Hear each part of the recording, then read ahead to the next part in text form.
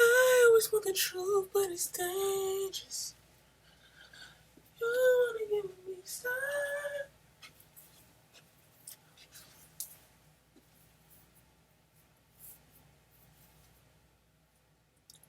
Oh, we should go down this side.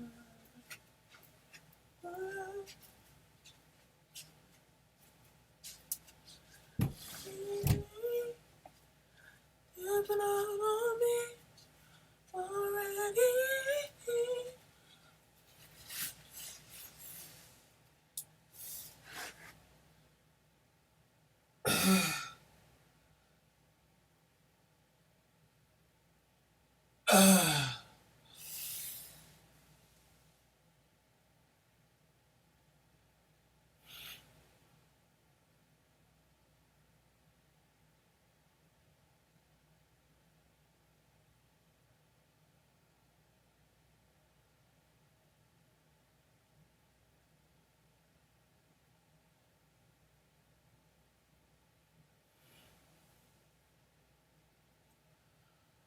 Those are the circles over on this side.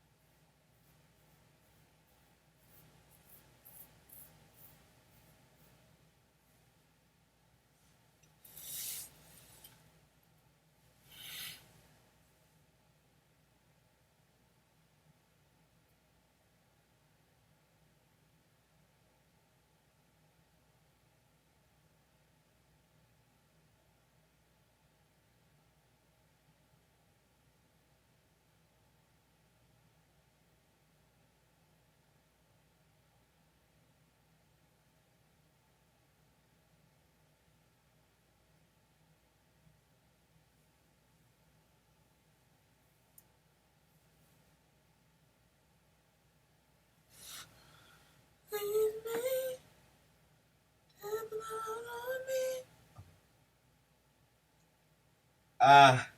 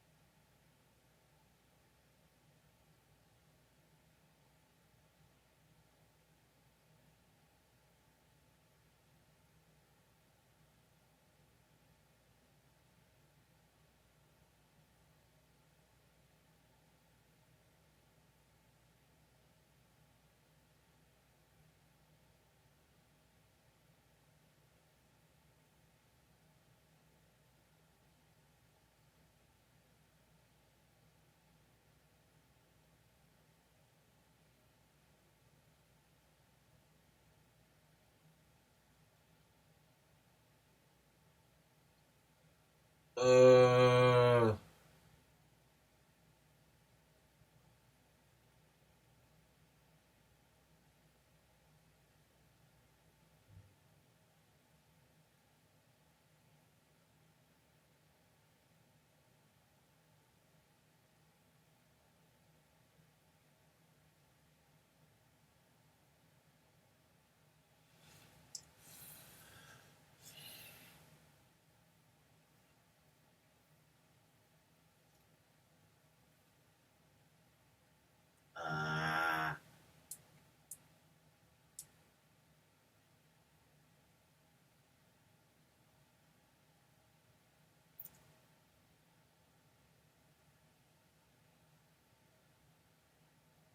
Ah.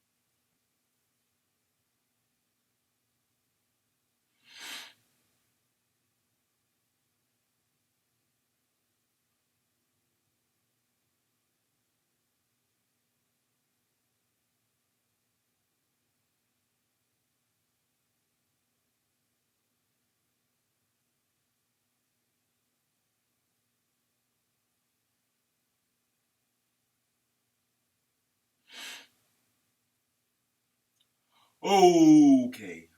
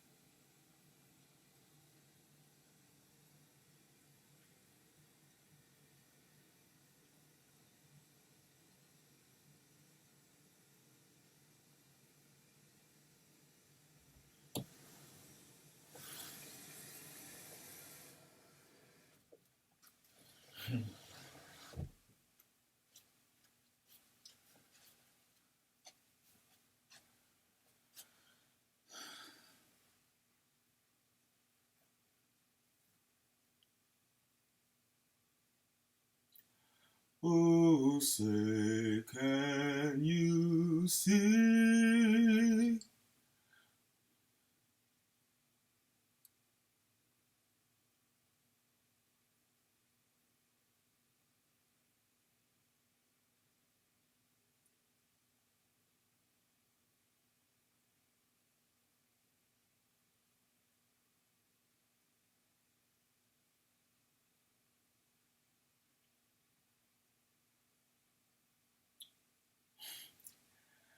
By the dawn's early light.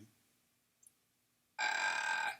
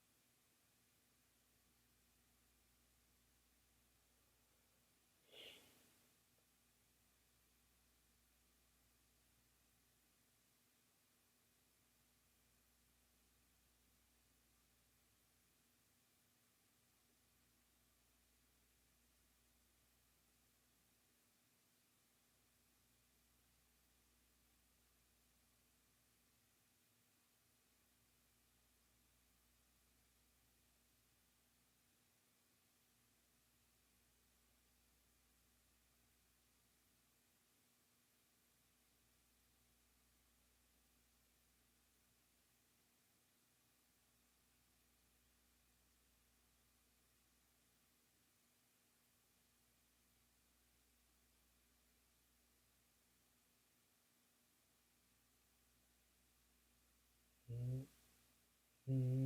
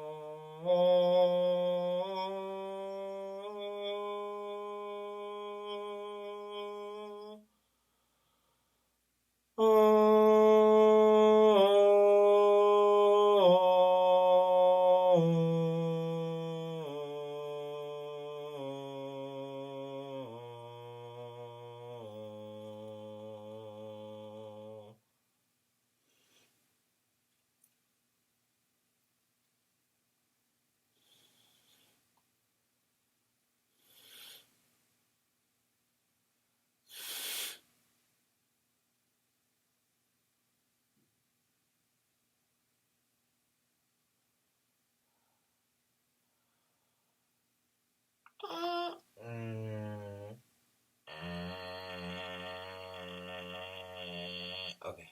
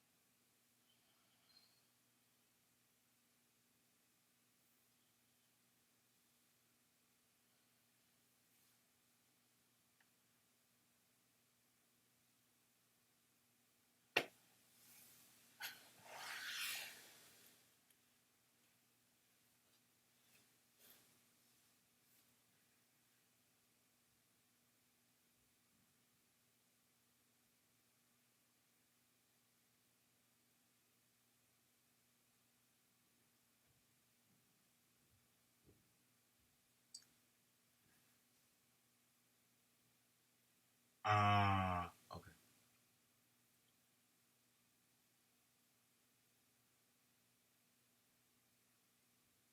Uh,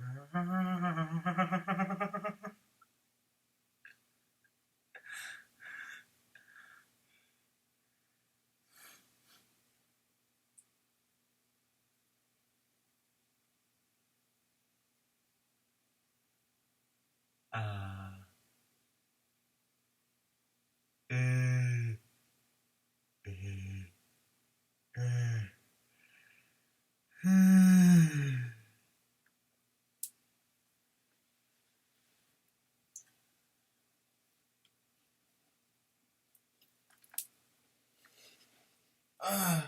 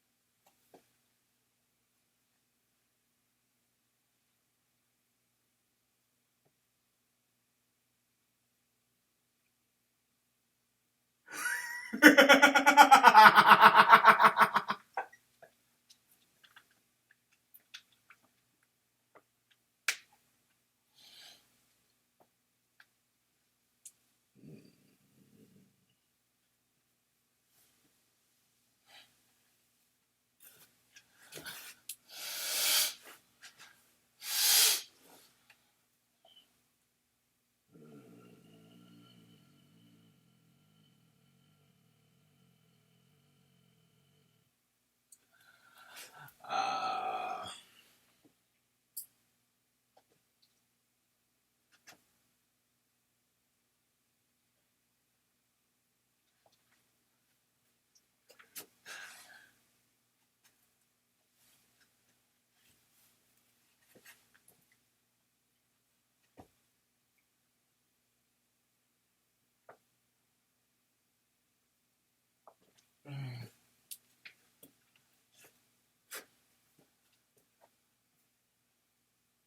oh.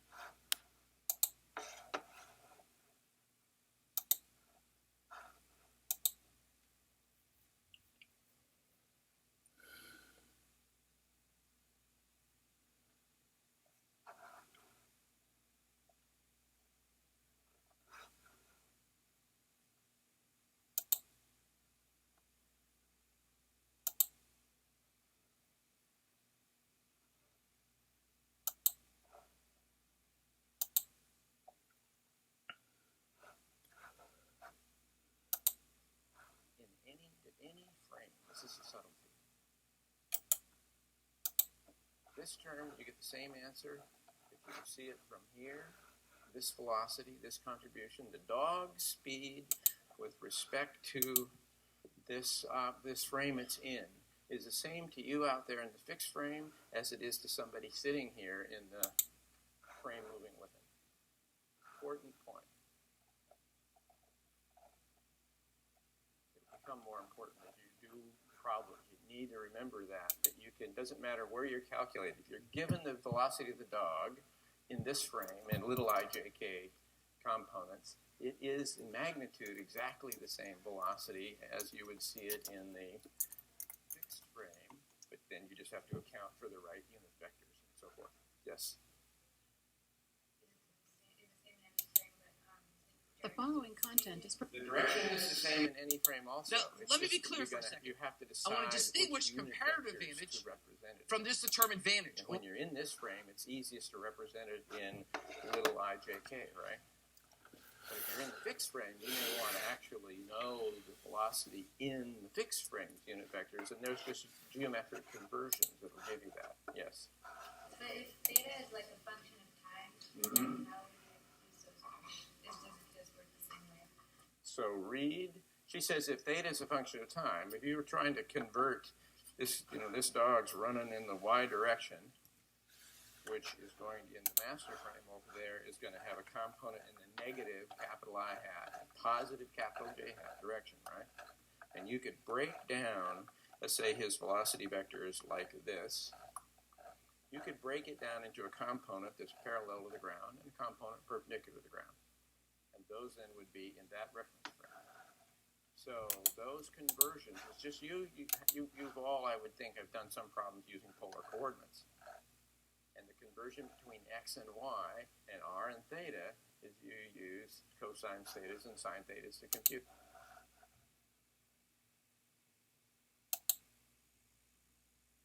It's the multiple of the other.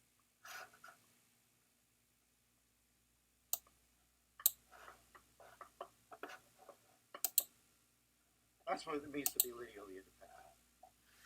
Now, This theorem, I'm not going to prove it. I'm just going to say that the proof is a lot like the one for second-order equations. It has an easy part and a hard part. The easy part is to show that all of these guys are solutions. And in fact, that's almost self-evident by looking at the equation. In other words, for example, if x1 and x2 solve, each of those solve that equation, so does their sum, because when you plug it in, you differentiate the sum by differentiating each term and adding. And here, a times x1 plus x2 is ax1 plus ax2. In other words, it's just you using the linearity and the superposition principle. So it's easy to show that all of these, maybe I better say that, actually write something down instead of just talking. So easy that all these are solutions. Every one of those guys, regardless of what C1 and C2 is a solution. That's linearity, if I use that buzzword, plus the superposition principle, that the sum of two solutions is a solution. Hard. The hard thing is not to show that these are solutions, but to show that these are all the solutions, that there are no other solutions.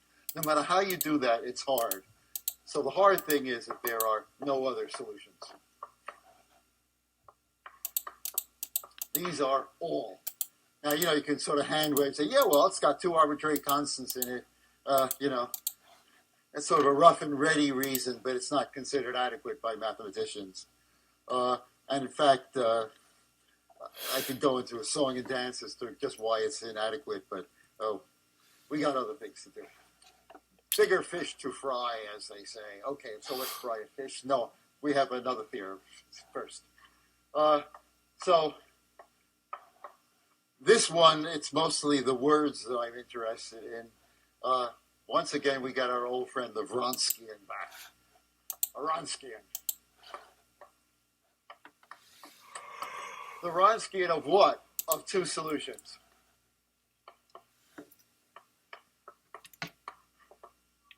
So it's the Wronskian of the solution x1 and x2.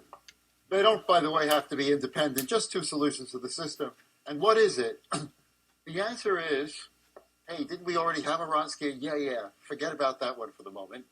I'll postpone it for a minute. This is a determinant, just like the old one was. And what, sorry.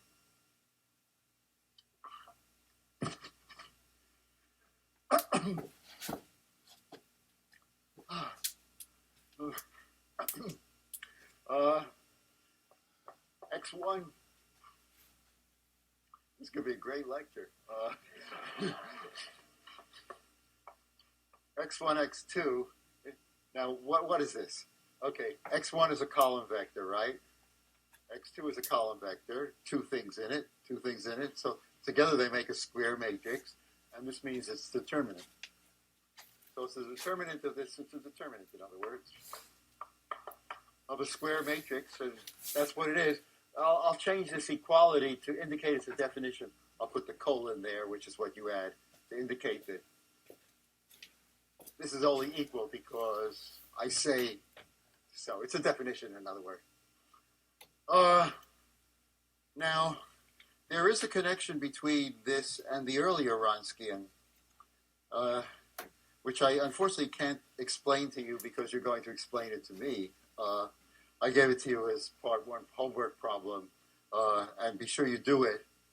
And if you can't remember what the old Wronskian is, please look it up in the book. Don't look it up in the solution to the problem, okay?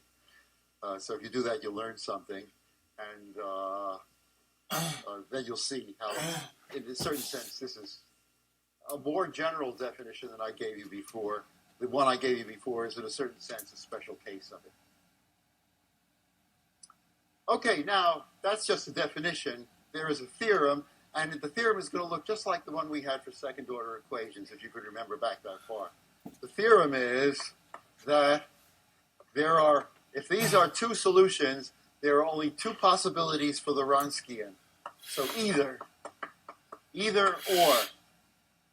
Either the Wronskian is, now see the Wronskian, these are functions, the column vector is solution, so those are functions of the variable t, so are these.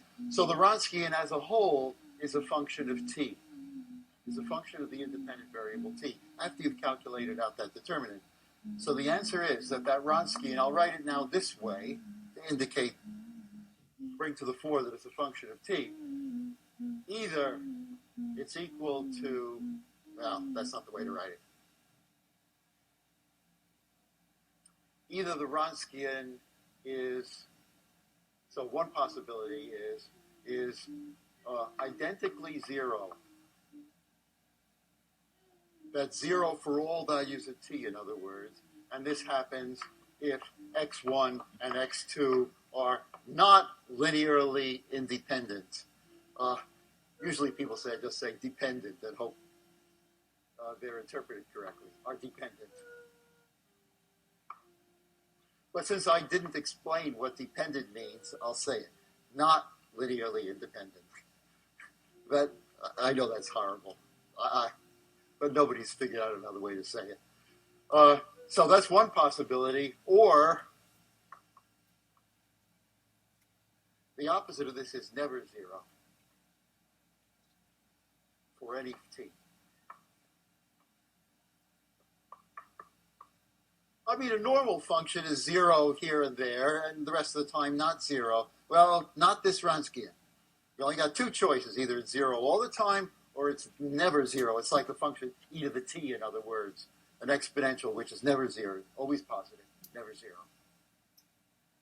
Or constant. It could be constant. But anyway, it has to be a function which is never zero. And this happens if, in the other case, so this is, oh dear, there's no way to write, no place to write it. Okay, so this is the case if x1 and x2 are independent. By which I mean linearly independent. It's just I didn't have room to write it. Okay, well, that's the end of, pretty much the end of the theory. And now let's start in on the matrices.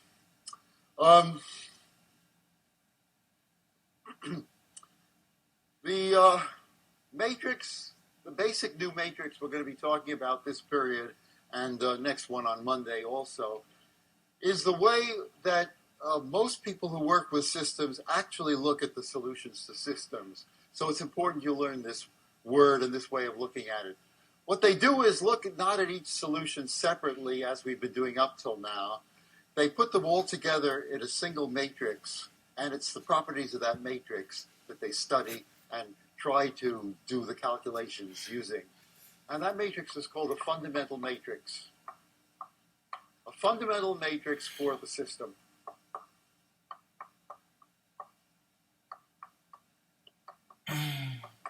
Sometimes people don't bother writing in the whole system. They just say it's a fundamental matrix for A, because after all, A is the only thing that's varying there. Once you know A, you know what the system is. All right, so what is this psi? Well, it's a 2x2 matrix, and it's the most harmless thing. It's the precursor of the Wronskian. It's what the Wronskian was before the determinant was taken. In other words, it's the matrix whose two columns are those two solutions. The other question is what we're going to call it. Okay, I have tried everything, and I settled on calling it capital X because I think that's the one which leads to the, guides you in the calculations the best. So this is a definition too, so colon, equality. What it is the matrix. Notice I'm not using vertical lines now because that would mean a determinant. It's the matrix whose columns are two independent solutions.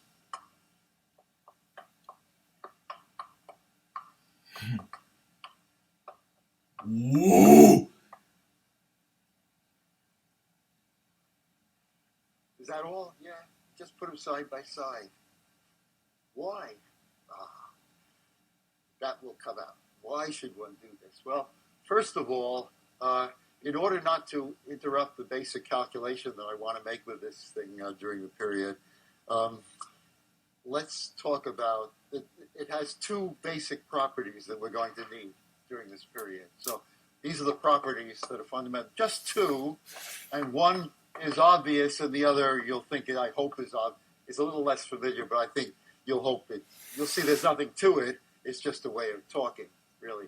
So the first is the one that's already in that theorem, embedded in the theorem, namely that the determinant of the fundamental matrix is not 0 for any t. Why? Well, I just told you it wasn't. This is the Wronskian.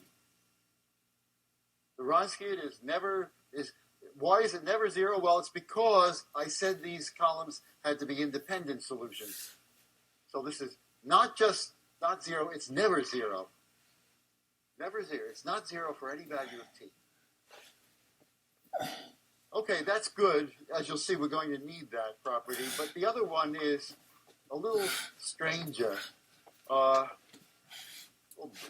which the only thing I can say is get used to it. Namely, that x prime equals ax.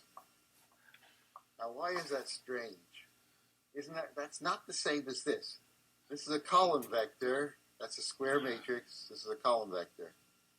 This is not a column vector. This is a square matrix. This is what is called a matrix differential equation, where the variable is not a single x or a column vector of a set of x's like the x and the y. It is a whole matrix.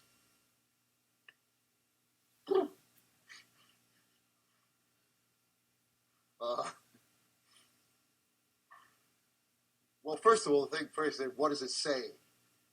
This is a 2 by 2 matrix. This is a 2 by 2 matrix. When I multiply them, I get a 2 by 2 matrix.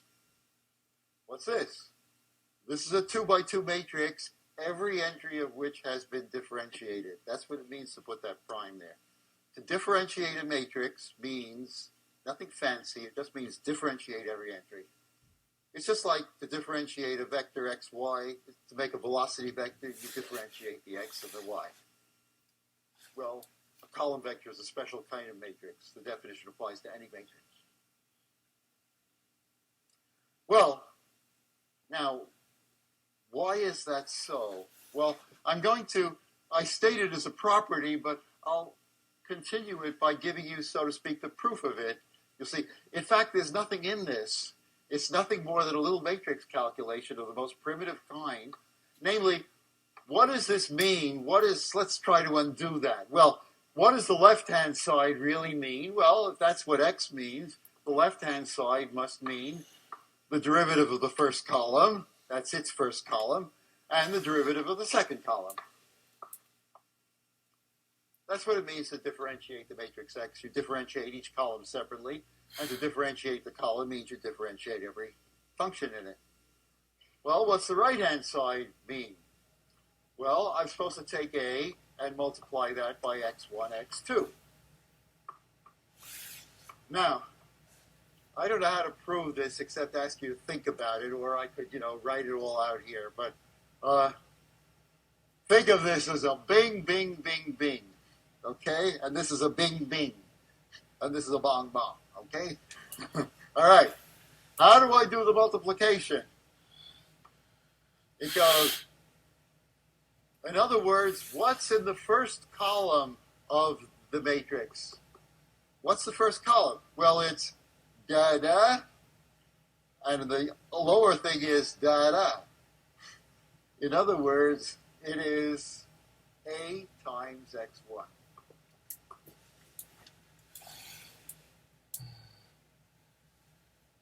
Okay, shut your eyes and visualize it. Got it? Da, da, that's the top entry, and da, da, that's the bottom entry. The beep, beep. It's what you get by multiplying A by the column vector x1. And the same way the other guy is, whoops, what you get by multiplying A by the column vector x2. So this is just matrix multiplication. That's the law of matrix multiplication. So matrix multiplication. That's how you multiply matrices. Well, good, but where does this get us? Well, you see from that What does it mean for those two guys to be equal? Well, that's going to happen if and only if x prime, x1 prime is equal to ax1. This guy equals that guy, and similarly for the x2s.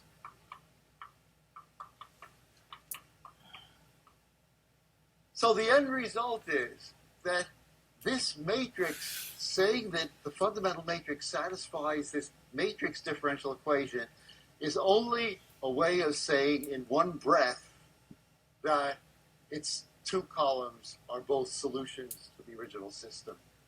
It's, so to speak, an efficient way of turning these two equations into a single equation by making a matrix. All right, I guess it's time finally to come to the topic of the lecture, which is I said the thing the matrices were going to be used for is solving inhomogeneous systems. So let's take a look at those. I thought I'd give you an example. So inhomogeneous systems.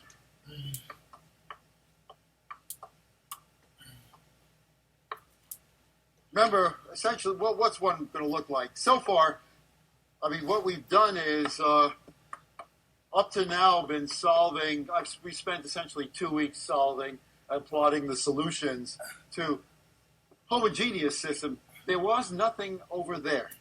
And homogeneous systems, in fact, with constant coefficients. Stuff that looked like that we abbreviated with matrices. Now, to make the system inhomogeneous, what I do is add the extra term on the right-hand side, which is some function of t. Except since I'll have to have two functions of t because I have two equations. Now it's inhomogeneous, and what makes it inhomogeneous is the fact that these are not zero anymore. There's something there. Functions of t are there. So these are given functions of t, like exponentials,